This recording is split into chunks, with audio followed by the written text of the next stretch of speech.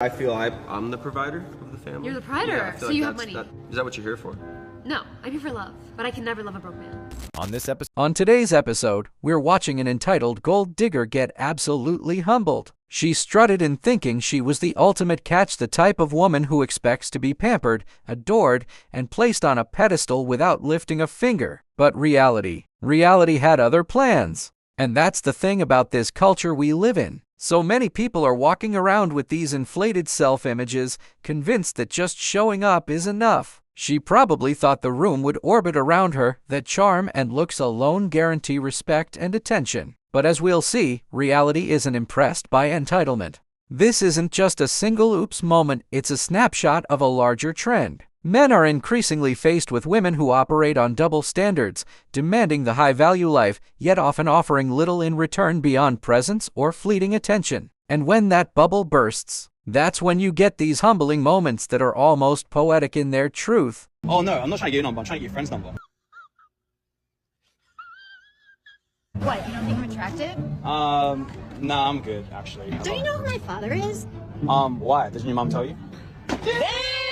You know what to do with that? Just to let you know, I only go after guys who make 6 digits a year. Stop it. 6 digits a year? Well, I'm not trying to get them 6 digits, I'm trying to get them 7 digits. If you ladies ask me how it is that I get gifts on the second date, this is how I do it. I will go on a second date with you. However, I do expect a gift. Of man versus bear thought experiment. Yes, and I too would choose the bear. Okay, so for our male listeners, set this up. What is this thought experiment? So you can put any woman in your life like in the scenario. Okay. It's like, because you can even ask a man, like if it was your daughter who was in the woods, would you want her alone in the woods with a bear or with a man? Yeah, and what do women say?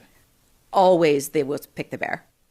Always? My algorithm might know me, but I have not seen one of the TikToks where someone picks the man. Okay, so take me through the reasoning. Why is that? Well, I guess like with a bear, you know what to expect.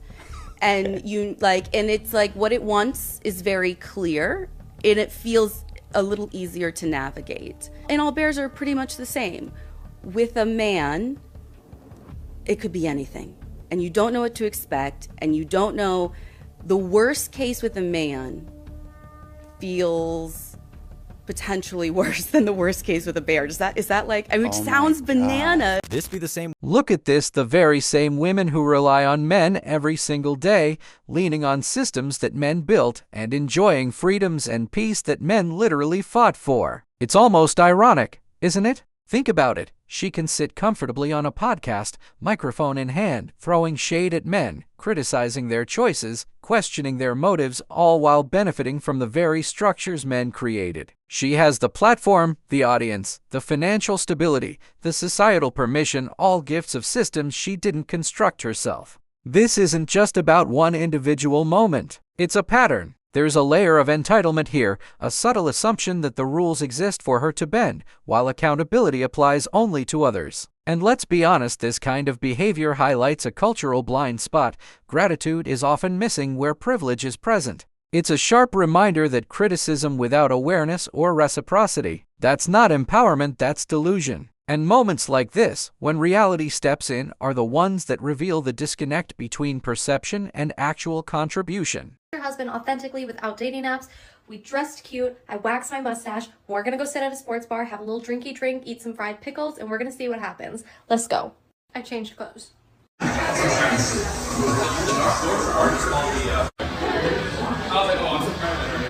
They don't have fried pickles. First message, don't get bangs. Second message, that was a big old bust. There was like 10 people in that bar and every man was with a girl. Lucky for me, I stumbled upon a flea market. That is way more my type, so we're gonna check it out. That was also a bust, but I pet a dog, so that was neat. I spy a record store ahead of me, so we're gonna hit that up. Won't find any men there. I was the only one in the store. My parking's expired and I gotta pee, so we'll try again next weekend. Rejected. How expensive it was to be a girl with no boyfriend because I just spent $114 on my toes. And what do you mean that's coming out all out of my paycheck? And my dress, it was like $430. A man who makes $100,000, $300,000 a year, that's good money. But for my specific life goals, at 24 with plenty of options and plenty of options for what? For dating. And that means, man, the way you're talking is like you say you got a lot of options, but not for the kind and caliber man you're talking about, not that kind of money. God damn. You may have a lot of options for dudes making, you know, average money, but not for no man talking about $300,000-$400,000 a year. Absolutely not. Absolutely not. Not here in Atlanta. Well, like I said, for my life goals, a man who makes $100,000, $300,000 a year, that's cool. That's good money. But that's not enough money for me to say, I'm stopping what I'm doing and only your cares matter. What I want to do for my family, what my goals are. This is a single woman. This is a dead woman walking. But the thing is, you're going to have to do all that because your attitude, your masculine energy is going to make sure you got to take care of yourself, because the man who has more money, or what you're talking about, won't even deal with you. Yeah, she's the one. Oh, by far. Two. 3. Thanks. Well, I would say 3 and then 4. 3. Not saying you don't have a personality, but I'm like, Oh, I'm 5 again. This is final? This is final.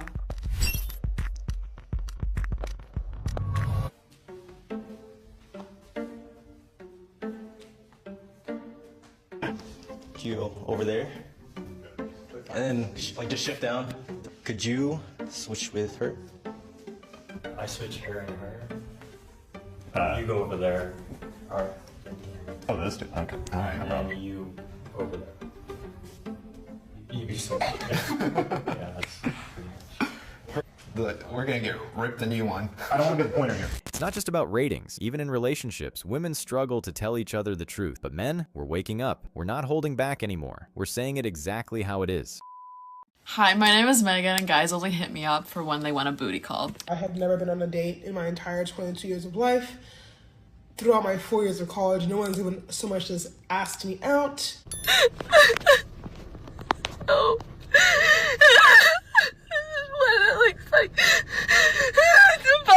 And who is financially stable, and I know you're broke, but anyways, and also so many broke people. I know it happens, but also just, you know, someone who can laugh with and have a great time with.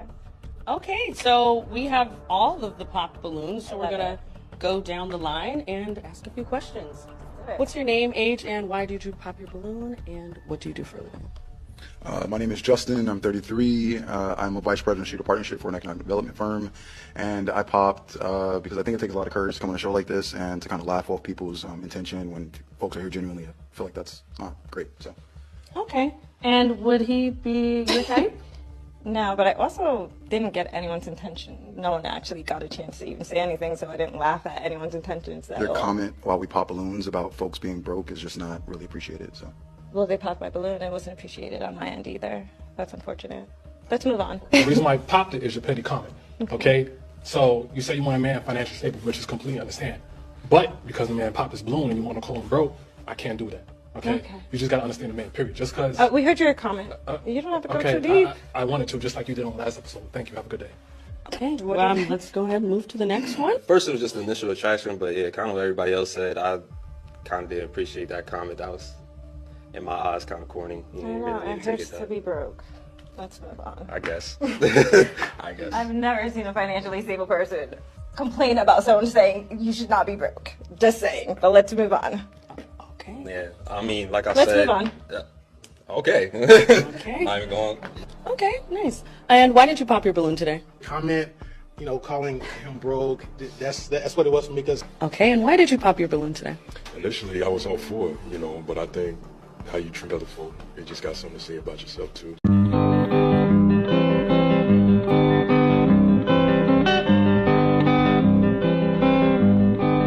Men aren't allowed to. Here's the thing: men aren't allowed to do anything these days without being scrutinized. Not a word, not a glance, not even sitting in peace, without somehow being labeled the problem. And it gets worse. Imagine this: a man is simply existing, minding his own business, and a stranger decides to record him just because he didn't engage. No context, no dialogue, just he didn't respond, so he's guilty. That's not accountability. That's harassment disguised as virtue. This isn't an isolated frustration. It's part of a bigger cultural problem. Men are expected to perform, entertain, and constantly navigate a minefield of invisible rules, all while being blamed when they fail to meet impossible standards. And let's be honest, that constant pressure chips away at confidence, at trust, even at mental health. At some point, the madness has to stop. Otherwise, you end up with a society where men are hesitant to exist authentically, afraid that every action will be misinterpreted as aggression,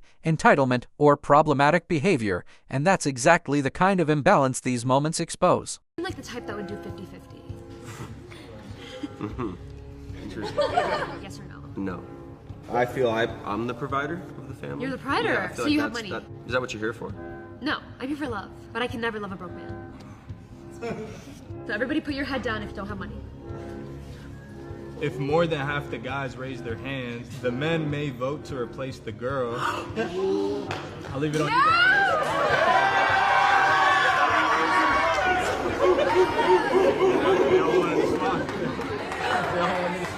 Rejected. There was my ex-boyfriend, and I came home, and my husband made the most amazing steak sandwiches.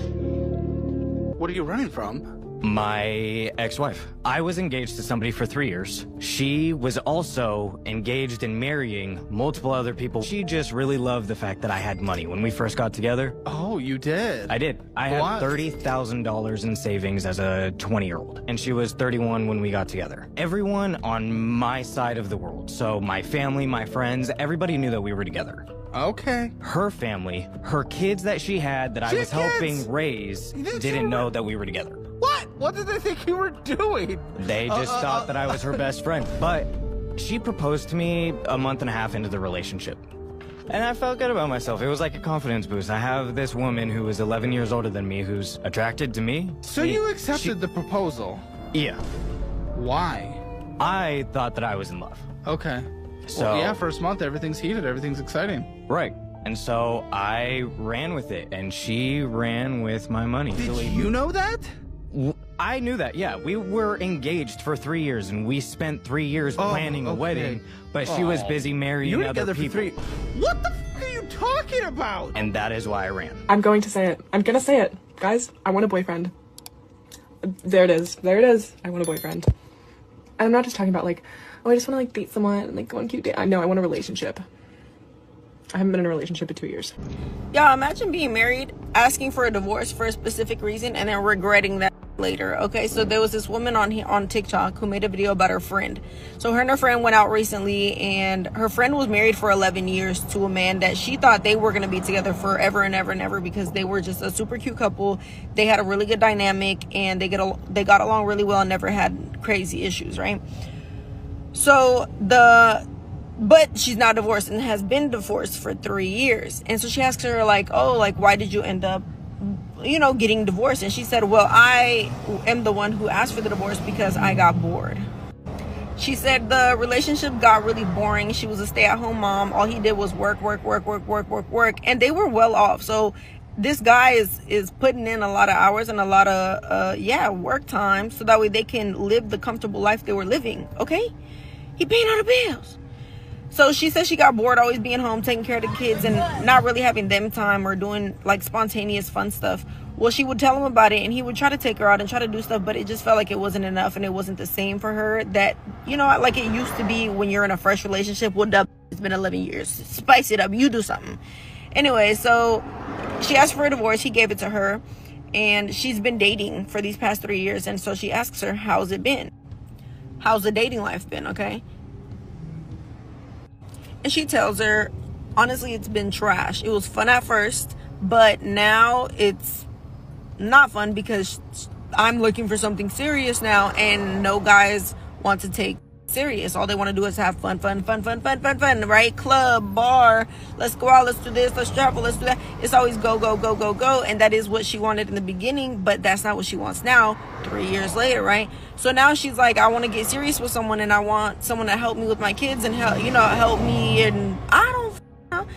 She wanted to be a stay-at-home mom again, okay? What she wanted was her old life that she chose to give up for some fun, temporary fun at that, right? So she left this good man for bull. just to regret it. And he has been now in a relationship for 2 years of the 3 years they've been divorced. So a year he took to himself, then he found someone, and he's been with that person for 2 years. She is now moved in. She is now living the life that this woman once was living. And she herself has 2 kids, so he's helping her with her kids and his kids. And she's kind of like offended by that. Shorty, you gave him up. Here's a reality check. Some women expect men to stay trapped in the friend zone, fully aware that the guy has feelings, all while acting like it's his job to suppress them. Think about that for a second, expecting someone to quietly set aside their emotions for your comfort and somehow feeling entitled to their patience and loyalty. Newsflash, the world doesn't revolve around you. Men aren't obligated to hang around hoping for a chance that may never come. Life moves forward, people move on, and emotions don't wait politely. Yet, some women act shocked or even offended when a man decides to step away, pursue his own happiness, or redirect his energy elsewhere. This isn't just a dating quirk, it's a pattern rooted in entitlement and double standards. It highlights a broader issue in modern relationships. Some expect unwavering emotional labor without reciprocation, and when reality hits, frustration follows. The truth is simple: if you're not offering value, attention, or mutual respect, don't be surprised when men take their energy and move on.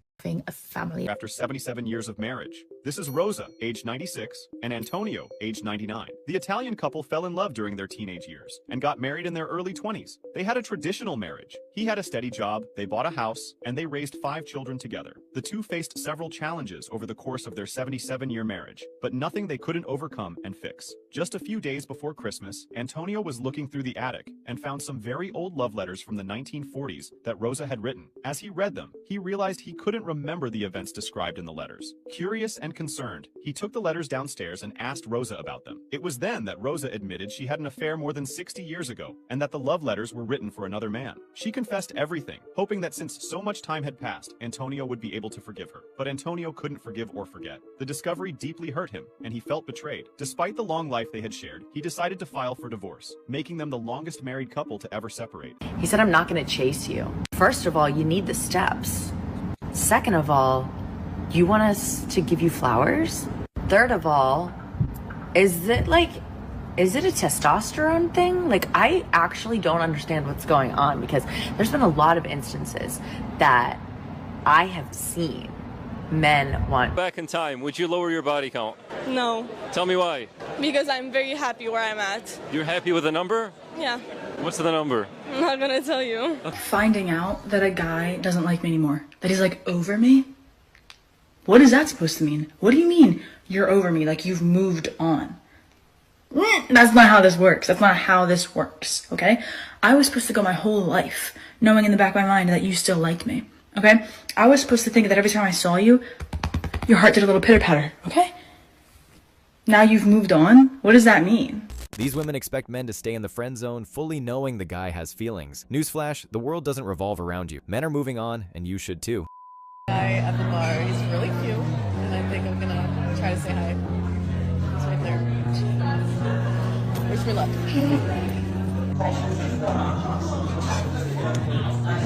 Have you had the holiday special? Huh? The holiday special, have you had that? It's really good, I've had it before. So are you here on business or pleasure? I'm here just trying to have a drink.